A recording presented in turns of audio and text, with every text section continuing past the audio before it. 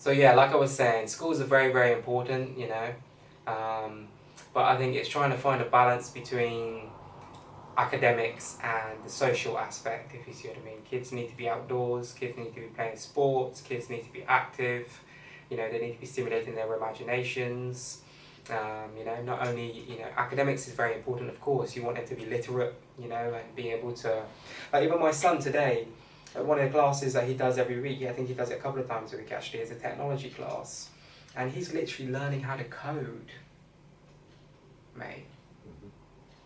He's 10 years old, and he's learning how to code programs, how to create games, how to create software.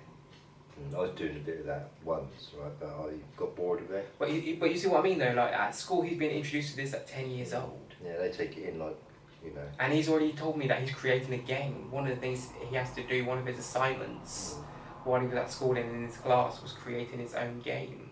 And it's completely functional, he told me. It's completely functional. He's already finished it and it's completely functional. If you see what I mean. Do you think they learn anything though? Seriously? I do. He was even telling me that he was learning how to hack at school. How to learn how to hack computers and that type of shit. Because obviously today you have things, you have professions such as like they call it ethical hacking. People that work for these government agencies and stuff that hack companies that, you know, or hack people, things that, you know, that committing, you know, crimes and shit. But yeah, he was telling me that he learned how to hack, you know. So they're teaching your son crime. Well, no, it's not. Hack is crime. Well, not necessarily, because you have ethical hacking. If you see what I mean, you have good. Yeah, that's what I'm saying. You have literally people that there's literally. I used to know someone that I used to work with. Yeah, he used to be the chef where I used to work with, and he was obviously a chef during the week, but he was actually studying to be an ethical hacker. Well, I want to be one. I want to be a hacker. So, but obviously he was studying. I think it's like 3 or 4 years he had to study. But then once he's finished, obviously once he's got that degree, his goal was to, once he's got that degree, to go and work for one of these companies that needs, you know, one of these government companies essentially. So you get paid, you know, a good amount of money, you know. You get good criminals. Yeah, you get kind of good criminals. Yeah, I think you got good criminals. Yeah. I think you get people that do bad shit for the right reasons. Well, sometimes. I mean, you know, like terrorism. It's like if someone did something to your children. Say for example. Yeah. And you were to do something awful to that person. A lot of people would be conflicted, because a large majority of people might agree, you know, with what you did naturally as a parent, you know. And there'd be some people that said no, like 2 wrongs don't make a right, you know. So yeah, it's opinion based, isn't it? You know. I think, you know, that's another thing. We've all got different opinions about things, haven't we? Yeah, because like, okay, let's say God forbid, like, okay, let's say God forbid you were to see someone, let's say you were to catch someone abusing someone's children or something, yeah, and you were to beat that person up, if you see what I mean. You caught them in the act and you completely disgusted and decided, you know, caught them right there and then, there's no one around, you know, caught them in the act, and you were to like beat them up to try to get them off the child kind of thing, you know what I mean. But you might have hit that person too hard or whatever, you know what I mean, a couple of times, and they might have died. A lot of people will not be angry about that. A lot of people will say you were right in protecting those children and doing what you did at the time. You didn't intentionally try to kill him, you were just doing what you thought was right in the moment to defend those poor, vulnerable children in that horrific circumstance, if you see what I mean. So yeah, you know, and then you get one, like I said, and then you might get 1 or 2% of the people that say 2 wrongs don't make a right. You know, you shouldn't have done it. You know, you should have let the courts, you know, you should have done a citizen's arrest or something and let the courts sort it out, if you see what I mean. So yeah. Sometimes that might be deemed by the authorities as taking the law into your own hands. If you see what I mean, you know. then you might get in trouble. You could potentially get in trouble for doing that, you know, taking the law into your own hands, you know. But yeah, but I saw even the other day, there's a guy online, it was in Southampton, funny enough. He's one of these guys online, he's like one of these YouTubers and like he's actually an investigator who catches paedophiles. He's one of these organisations that's created to catch paedophiles in the act and stuff like this, trying to engage with kids and stuff like this. And this guy in Southampton, yeah, I can't remember his name. Yeah, I have to, you know, if I can find the video, I'll send it to you. You know, but they literally made a citizen's arrest on this guy. They agreed, you know, they pretending to be, you know, caught him in the act, you know, went to meet him, you know, told him who they were and what they were doing and what the organisation was all about, and you know, they know that he was trying to communicate with an underage person, and they made a citizen's arrest. You see what I mean? And the coppers came and you know. Fair enough. So and they had it all obviously all on camera. If you see what I mean, all on camera because he had the cameraman with him. If you see what I mean, recording everything that was going on, and you know. So yeah.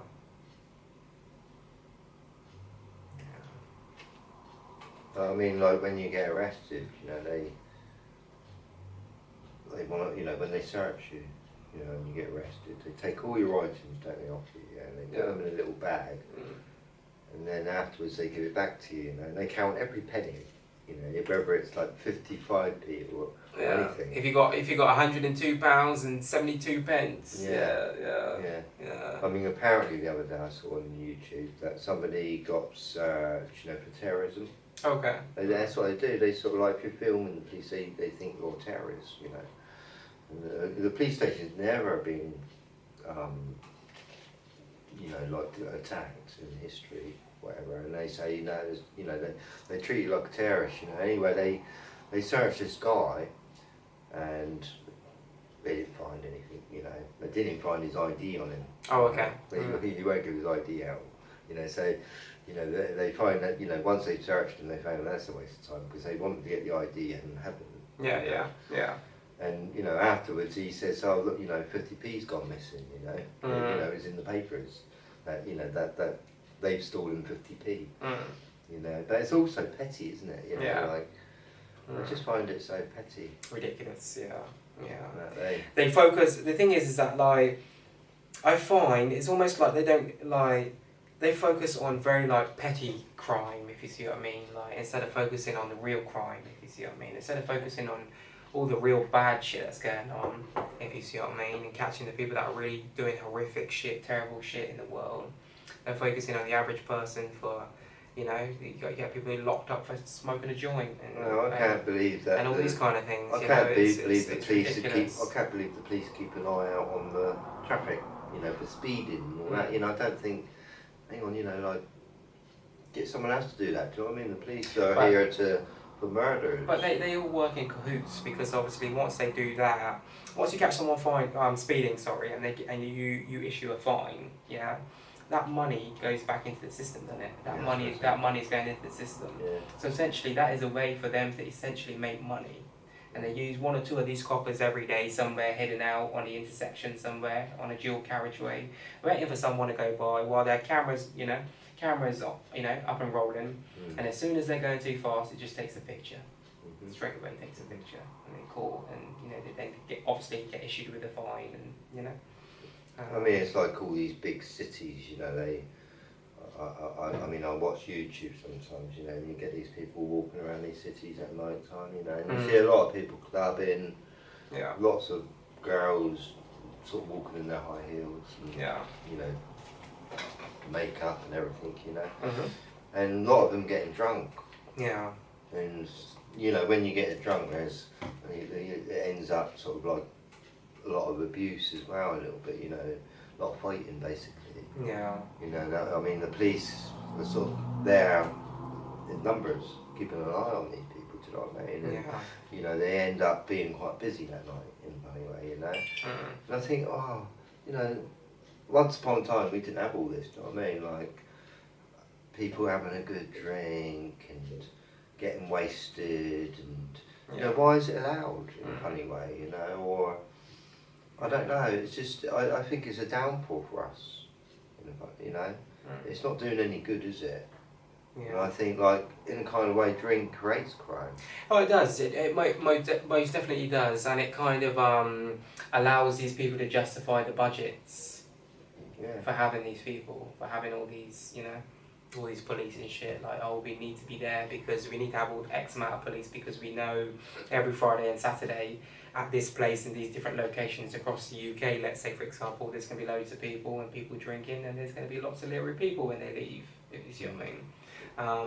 You know, and they have to keep it orderly and you know, etc. So they just use it as a justification for, you know. I think even my son, about 5 years ago, he went into Southampton Town Centre, and he ended up all night in prison. Oh, okay, yeah. Because he had a little fight with his girlfriend. His girlfriend found the police up on him, you know what I mean? Oh, then he had to end up there, you know. Now he's got a police record or whatever, you know, and he didn't sort of like feel happy that happened in a kind of way to him. Do you with me? He's angry in a kind of way for the rest of his life, probably. Do you know what I mean? Yeah. It does affect you. You know, and I think they do this to a number of people. You know, like treat people like animals. You know, and they allow them to drink and get like animals in a kind of way. You know, I think more, you know, crowd of people drink, more animal-like they're going to get in a kind of way. I think they lose their humanness with drink. Inhibitions. I know, like, drink can be good, you know, like, I mean, if you're having a good party and you're all in a good mood, and you're all having a good life, I feel, and nothing's going wrong, I feel like drink can boost. Yeah, in the right atmosphere. In the right atmosphere, you know, it can be quite good. I just feel like say, my dad, you know, I mean, my dad, I loved him a lot, but one thing I didn't love about him, that he drank. I felt like because he was drinking all the time, I lost my dad. Yeah. You know, and I think, like, if it wasn't invented or wasn't out there in the shops, I feel like I would have had a father, if you're with me. You know, and maybe my you know, I just feel like things would have been different, you know what I mean? For everyone in the world, you know, I just don't think there'd be so much crime around if there weren't so many pubs everywhere. You see what, in clubs. If you see where I'm coming from. You know, I think that'd make it a better world where it is.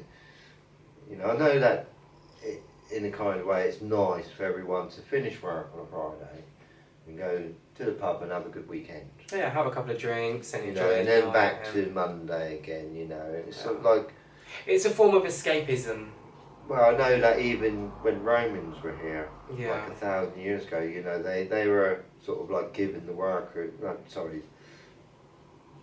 the people leading the Roman army, they'd get a good drink at the end of the week, and the Romans would build the roads, build the buildings, and then they were the soldiers as well, do you know what I mean? And they were building and going to the next town, building, whatever, but they would get paid with alcohol at the end of the week, you know, and a bit of food, of course, you know, but generally it'd be alcohol.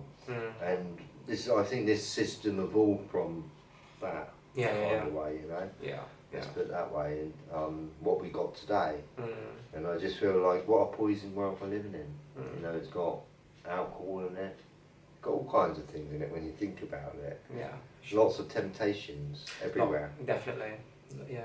Lots of things that can cause a downfall of a human being.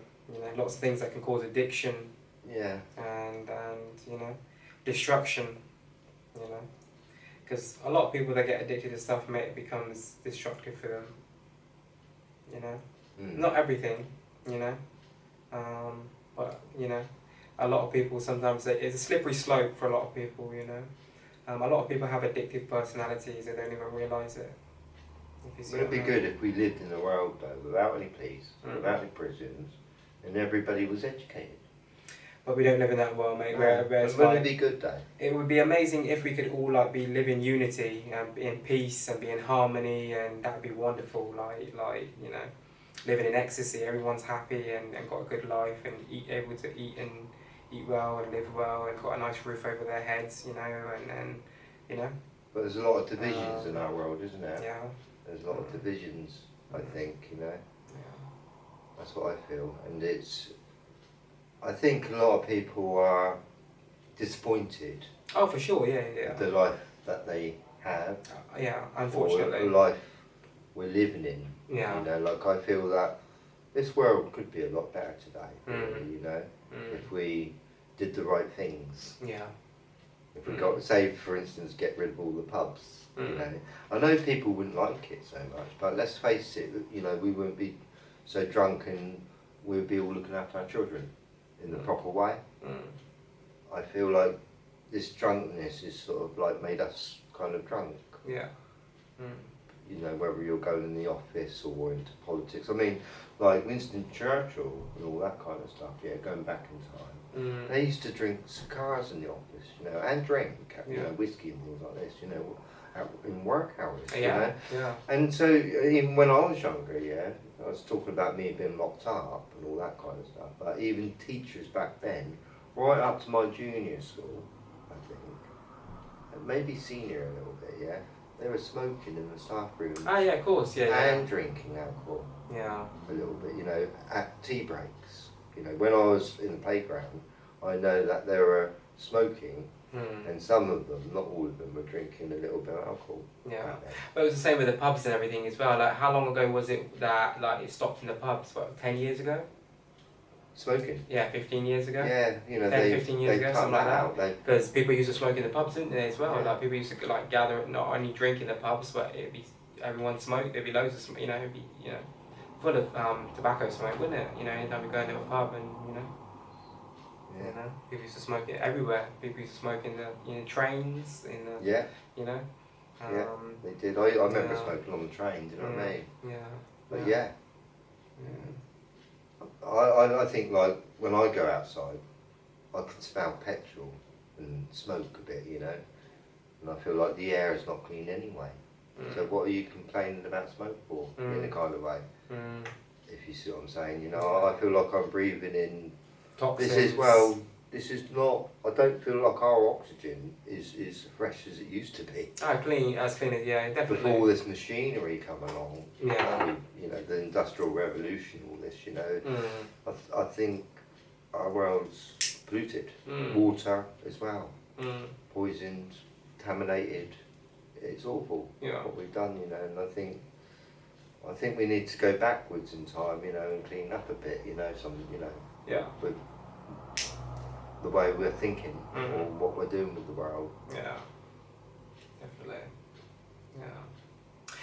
Anyway, mate, before we wrap it up and call it a night for this week's episode, all about crime. That's it. It's your subject, wasn't it? You know, really? Well, good subject. Just making sure you're still, you know, still on point. Any final words? Any closing statements? Anything you want to leave with the people, to, you know, about crime? Just aim to be a professional criminal if you can, like my friend. No, I'm only joking. I'm only joking. That's wrong. Okay, let's start again. No, just keep out of crime, really.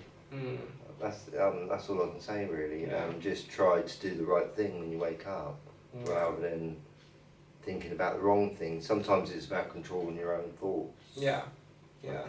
Just do the right thing because you want to do the right thing. You know, do right by people. You know, treat people with respect, and that's what's important, really. Be polite and humble. You know, humble yourself. You know, there's no need to be, you know. Everyone is equal, you know, treat people with love and, you know, and just, you know, you'll get the best response and the best, you know, from them, you know, so. That's one important thing, respect. Yeah. That's what I like, respect. And a lot of people haven't learned respect out there, and you must understand that one. Yeah, it's true. Must understand that one. Yeah. And some people get so angry because other people ain't got respect. And then they end up creating a crime because of it or something, you know, they end up hitting that person, you know. But some people, you know, like they've not had any parents and so on or whatever, and you must understand they learn respect. And just forgive them if you can. It's true. And it will get you a long way. Definitely. All I will say is try to stay away from criminal activity. And if you know you hanging around the right people. Exactly. And if you know you're not about that life and that's not really for you and you know what you're all about, then don't get involved in it, you know. I'm not saying it's right, but I'm just saying if you know within yourself, you know, you're around people that are involved in that type of shit, and you just getting involved because by association, but you don't really want to be involved, and it's not your lifestyle and it's not what you want to do and shit, then just make sure that you know, like you said, just, you know. I think it's right spitting on someone if it's really wrong. Do you know what I mean? Like if it's gonna harm a child, do you know what I mean? Yeah. You know. Like me, I never ever told on anyone. Like the amount of times I've been arrested, like even a few times I got arrested with other people's, you know, other people's things. Like I never said a word. Like, you know, that's why I'm saying to people, like, not everyone is built for that. Not everyone is built for having to, you know, uphold the codes of the street. Because if you don't, like, you know, if you're really in that life and you don't, and you do snitch on someone, there's consequences that come behind that too. You know? So it's just, that's why I say to people, just try your best to avoid any criminal activity and just try to enjoy your life and live your life and try to make as much money and just be, you know, just be free in life without having to go down like a criminal route or, you know, take it, you know, to do anything like that. You know, try to do it all legally, so you won't have any problems, you won't have any issues. It's all, you know, just have a good life and relax and without any worries about people watching you or analysing you and scrutinising you and your business or whatever else it is that you've got going on that's not legal completely or whatever. So yeah, just try to keep it above board, you know. Yeah. Be kind. That's it. Be pleasant. That's it. Yeah. Be beautiful. You know. Yeah. That's what I try to be anyway, you know. Try to get better in life. More. Yeah, every day. Yeah, definitely. Anyway, guys, hope you guys have enjoyed this week's episode all about crime. We'll be back again next week, of course, with a brand new episode, so please stay tuned for that. And yeah, we are the Philosophy Podcast. Good night. God bless. One love. Yeah.